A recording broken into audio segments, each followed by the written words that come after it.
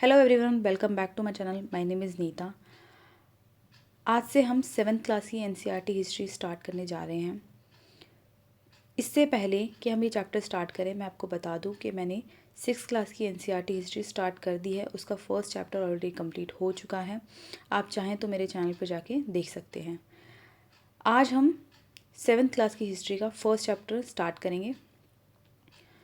Chapter name is tracing changes through 1000 years. इसके अंदर इस बुक के अंदर हम प्रॉपर जो 1000 ईयर्स हैं उनके बारे में पढ़ेंगे। जैसे कि आप एक चीज़ देख सकते हैं, 1000 ईयर्स को हम अच्छे से डिटेल में इस बुक में पढ़ेंगे। अब किन 1000 ईयर्स की बात हो रही है मैं आपको एक बार बता देती हूँ। 750 एडी से प्रिसाइसली 1750 एडी के बीच का जो ये टाइम पीरियड है, इसको हम इस बुक में अच्छे से पढ़ेंगे। ठीक है। तो एक चीज़ और बता दूं मैं आपको कि जो 6 क्लास की, 7 क्लास की और 8 क्लास की हिस्ट्री है, इसको 3 पार्ट्स में डिवाइड किया गया है। बेसिकली जो 6 क्लास की हिस्ट्री है उसको हम एंशियंट हिस्ट्री कहते हैं, जो 7th क्लास की हिस्ट्री उसे मिडिएवल हिस्ट्री कहते हैं, और जो 8th क्लास की हिस्ट्री उसे मॉडर्न हिस्ट्री कहते हैं। ठीक है। तो आई होप यहाँ पर जो ये पॉइंट है आपका क्लियर हो गया होगा कि हम ये 7th क्लास की जो हिस्ट्री है वो मिडिएवल हिस्ट्री है। ठीक। तो इस चैप्टर में हम ये 1000 ईयर्स के जो चेंजेस हैं मिडिएवल पीरियड में, उसको हम डिटेल में पढ़ेंगे इस बुक में बेसिकली। तो जो चेंजेस हैं, चाहे वो पॉलिटिकल हो, इकोनॉमिकल हो या सोशल हो, उन चेंजेस को हम इन 1000 ईयर्स में इंक्लूड करेंगे और देखेंगे कि कितने चेंजेस आए हैं, कितने इवोल्यूशन आए हैं इसके अंदर। ठीक है। फर्स्टली हम एक बार ये देख लेते हैं ये टाइमलाइन कि इसमें क्या क्या चीज़ें आएंगी। ये अगर मैं रब कर देती हूँ आपके लिए।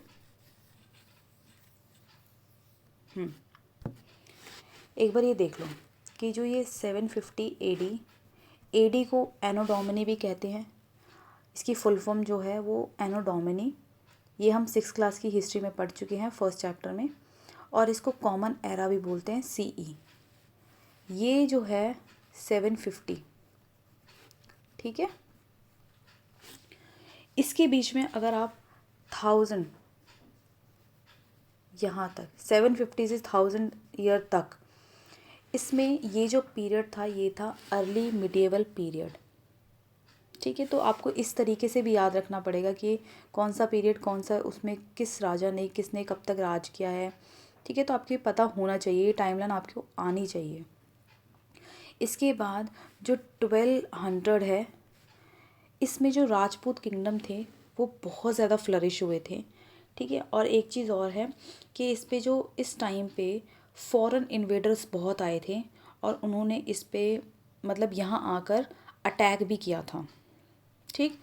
फिर इसके बाद 1206 में जो दिल्ली सल्तनत का राज रहा था, यहाँ से दिल्ली सल्तनत का जो राज था वो शुरू हो गया था। इसके बाद 1526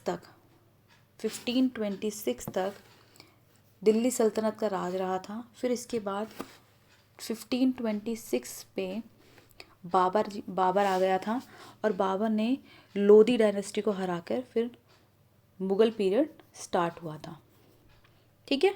तो ये आपको अच्छे से पता होना चाहिए। और जो मुग़ल पीरियड है वो कुछ 1707 तक मुग़ल पीरियड रहा था। उसके बाद जो थे फॉरेन मतलब ब्रिटिशर्स आ गए थे, तो आप उसके बारे में 8th क्लास में डिटेल में पढ़ोगे। ठीक है। आई होप आपको ये चीज़ क्लियर हो गई होगी। कोई भी डाउट है इस चीज़ से लेकर, टॉपिक से रिलेटेड या ये टाइमलाइन से रिलेटेड, तो आपसे मुझसे कमेंट सेक्शन में पूछ सकते हैं। ठीक है। स्टार्ट करते हैं अपना चैप्टर। यहाँ से देखो, यहाँ से मैप 1 देखो, ये वाला है map 1।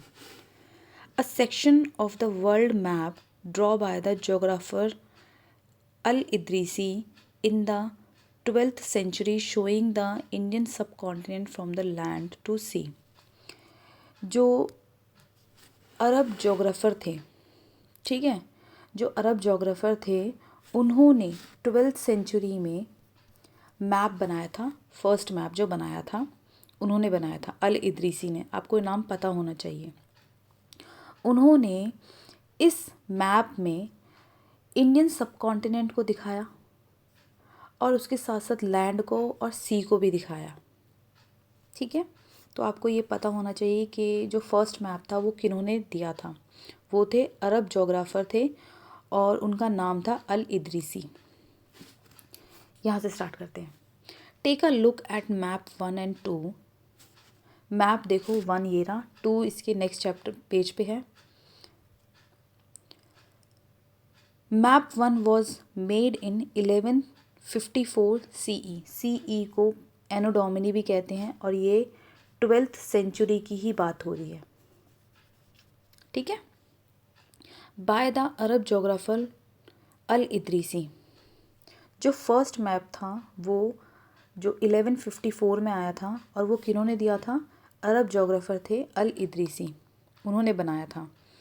The section reproduced here is a detail on the Indian subcontinent from his larger map on the world. और उन्होंने इंडियन सबकॉन्टिनेंट को इस मैप में दिखाने की कोशिश की थी, ठीक है, इनफैक्ट दिखाया था। Then map 2 was made in the 1720 और जो सेकंड मैप था वो 1720 में आया था। वो किन्होंने बनाया था? फ्रेंच कार्टोग्राफर ने। क्योंकि वो फ्रांस के थे इसलिए फ्रेंच कार्टोग्राफर थे, वैसे ही ये अरब के थे इसलिए अरब जोग्राफर थे ये, ठीक है। तो आपको ये चीज़ पता होनी चाहिए, जो इंडिया के होते हैं उन्हें इंडियंस कहते हैं, वैसे ही फ्रांस के थे तो फ्रेंच कार्टोग्राफर थे क्योंकि ये फ्रांस के थे। The two map are quite different even though they are the same area. अगर आप देखो इन मैप्स को तो ये बहुत डिफरेंट है। हालांकि ये जो एरिया है वो एक ही चीज़ शो कर रहे हैं, बट ये मैप्स में बहुत डिफरेंस है। In Al Idrisi's map South India in where we would expect to find North India and Sri Lanka is the island at the top. आप इस वाले मैप को देखो, मैं आपके लिए इरेज कर देती हूँ ताकि आप अच्छे से दिखे आपको, ठीक है। यहाँ देखो, ये जो है हमारा मैप है। इस मैप को, ठीक है, ये जो बनाया हुआ है ये है श्रीलंका। अगर हम अभी के मैप की बात करें तो यहाँ पर ये सदर्न वो है, ठीक है, सदर्न एरिया है और यहाँ पर हमारा कहीं पे एक श्रीलंका बनता है, श्रीलंका आइलैंड है, ठीक है। वो बहुत छोटा सा, इतना बड़ा नहीं है। तो उन्होंने जो अरब जोग्राफ़र थे अल इदरीसी, उन्होंने इस मैप में जो है वो श्रीलंका को टॉप पे दिखा दिया, मतलब नॉर्थ साइड पे दिखा दिया। और ये हमारा जो है ये नॉर्थ साइड को साउथ साइड में दिखाया और साउथ साइड को नॉर्थ साइड में दिखाया है। अगर हम अभी मैप की बात करें, अभी को मैप में ध्यान में रखो तो इनके उसके अकॉर्डिंग जो अल इदरीसी का मैप था वो उल्टा था, ठीक है, आप ऐसे याद रख लोगे। और place name are marked in Arabic, और उन्होंने जितने भी प्लेसेस जो मार्क किए थे वो अरेबिक में किए थे। ऑब्वियसली वो अरब के थे, अरब जोग्राफ़र थे, तो उन्होंने अपनी लैंग्वेज को ऊपर रखा और उन्होंने अरब में ही उन प्लेसेस के नाम रखे, ठीक है। एक बार आप ये कार्टोग्राफर का मतलब देख लो। Cartographer a person who makes a map, ऐसा पर्सन जो मैप्स बनाता है उसको कहते हैं कार्टोग्राफर, ठीक है। तो ये इम्पॉर्टेंट है, ये आपसे एग्ज़ाम पर्पस से बहुत इम्पॉर्टेंट है कि MCQ फॉर्म में भी पूछा जा सकता है और कॉम्पिटिटिव एग्ज़ाम से तो इम्पॉर्टेंट है कि कार्टोग्राफर क्या होते हैं, उसका मतलब क्या होता है, मीनिंग क्या होता है, ठीक है। नेक्स्ट पेज पे चलते हैं अब हम।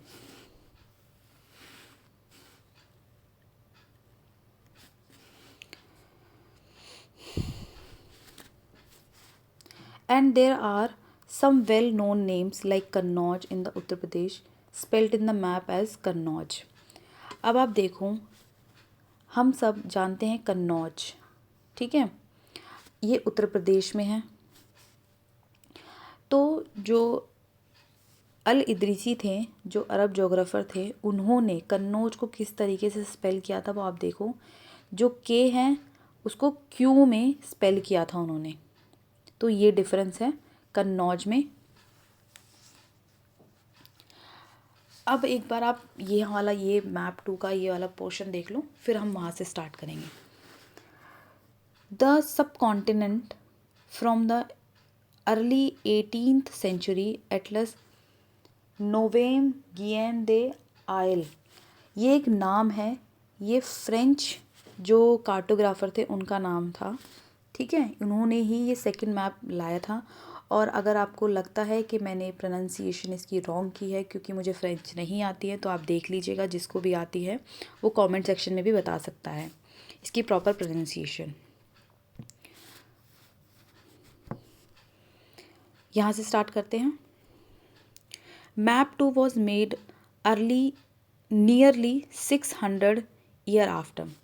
अगर हम मैप 2 की बात करें तो वो 600 ईयर्स बाद में आया था, मतलब 600 साल बाद में आया था। Map 1 during time information about the sub continent and change considerably. 1 और 2 की हम बात करें तो उसमें काफ़ी डिफरेंस है, काफ़ी अलग चेंजेस किए गए हैं। जैसे पहला मैप है, फर्स्ट मैप 1 है, वो अलग तरीके से बनाया गया है, और अगर मैप 2 को देखें तो वो अलग तरीके से बनाया गया है। This map seems more familiar to us and the coastal area is a particular or surprisingly detail. अगर हम मैप 2 को देखें तो हम उसको ज़्यादा समझने की कोशिश कर सकते हैं, क्योंकि ये जो मैप है ये आज के मैप से थोड़ा सा फेमिलियर है, ठीक है। तो अगर हम आज का मैप और इस मैप को थोड़ा वो देखें तो इससे मिलता जुलता हम मैप है जिसको हम फॉलो करते हैं। और इस मैप में जो मैप 2 था उसमें कोस्टल एरिया को बहुत ज़्यादा डिटेल में समझाया गया है। This map was used by European sellers and merchants in their voyages. और जो यूरोपियन सेलर्स थे एंड जो मर्चेंट्स थे वो जब यात्रा पे जाया करते थे ना, तो वो इस मैप का यूज़ किया करते थे। जैसे कि आप देखो ना, अगर कोई बिज़नेस वगैरह करता है, कोई ट्रेड करता है, मर्चेंट आते जाते हैं, वो अपनी यात्रा पे जाते हैं, तो वो क्या करते हैं, एक मैप के थ्रू तो जा पाएंगे ना, क्योंकि ऐसे तो कोई रास्ता हमें पता ही नहीं कि हमें किस डायरेक्शन में जाना है, कहाँ। तो इस मैप की हेल्प से वो लोग अपने मंजिल तक पहुंच जाते थे, ठीक है। तो ये मैप बहुत इम्पॉर्टेंट होते थे उस टाइम पे, और आज भी बहुत इम्पॉर्टेंट होते हैं। तो आई होप आपको यहाँ तक चीज़ें समझ आ गई होंगी। नेक्स्ट पेज पे चलते हैं।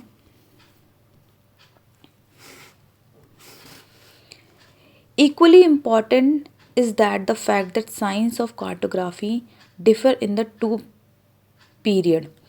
अगर हम मैप 1 को देखें और मैप 2 को देखें तो काफ़ी डिफरेंस है, क्योंकि ये दोनों अलग अलग पीरियड में बनाए गए हैं, ठीक है।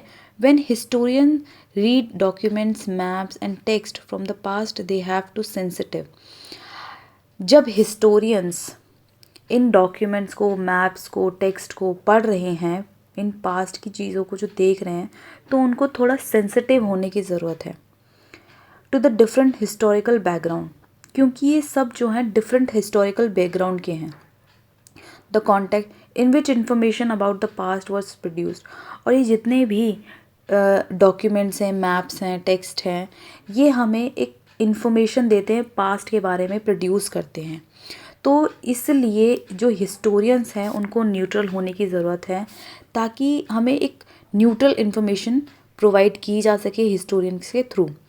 तो जो ये डॉक्यूमेंट्स हैं, मैप्स हैं, टेक्स्ट हैं, ये बहुत इम्पॉर्टेंट है हिस्टोरियंस के लिए, और इन्हीं चीज़ों से हम हिस्ट्री के बारे में जान सकते हैं। तो इसीलिए थोड़ा सेंसिटिव होने की ज़रूरत है, क्योंकि हर एक टाइम में हर एक जो भी जोग्राफ़र्स आए हैं, कार्टोग्राफ़र्स आए हैं, उन्होंने अपने अपने टाइम के अकॉर्डिंग जो है मैप्स बनाए हैं, डॉक्यूमेंट्स बनाए हैं, मैप्स बनाए हैं, टेक्स्ट बनाए हैं। तो उनमें अलग अलग चेंजेस हैं, बहुत ज़्यादा इवोल्यूशन देखने को मिलेगा आपको इन टेक्स्ट्स में, ठीक है। तो आई होप आपको ये वीडियो अच्छी लगी हो। ठीक है, तो हमारा टॉपिक यहीं फिनिश होता है। वीडियो अच्छी लग रही हैं तो लाइक शेयर सब्सक्राइब करना बिल्कुल ना भूलें। Till then, thank you so much, bye bye.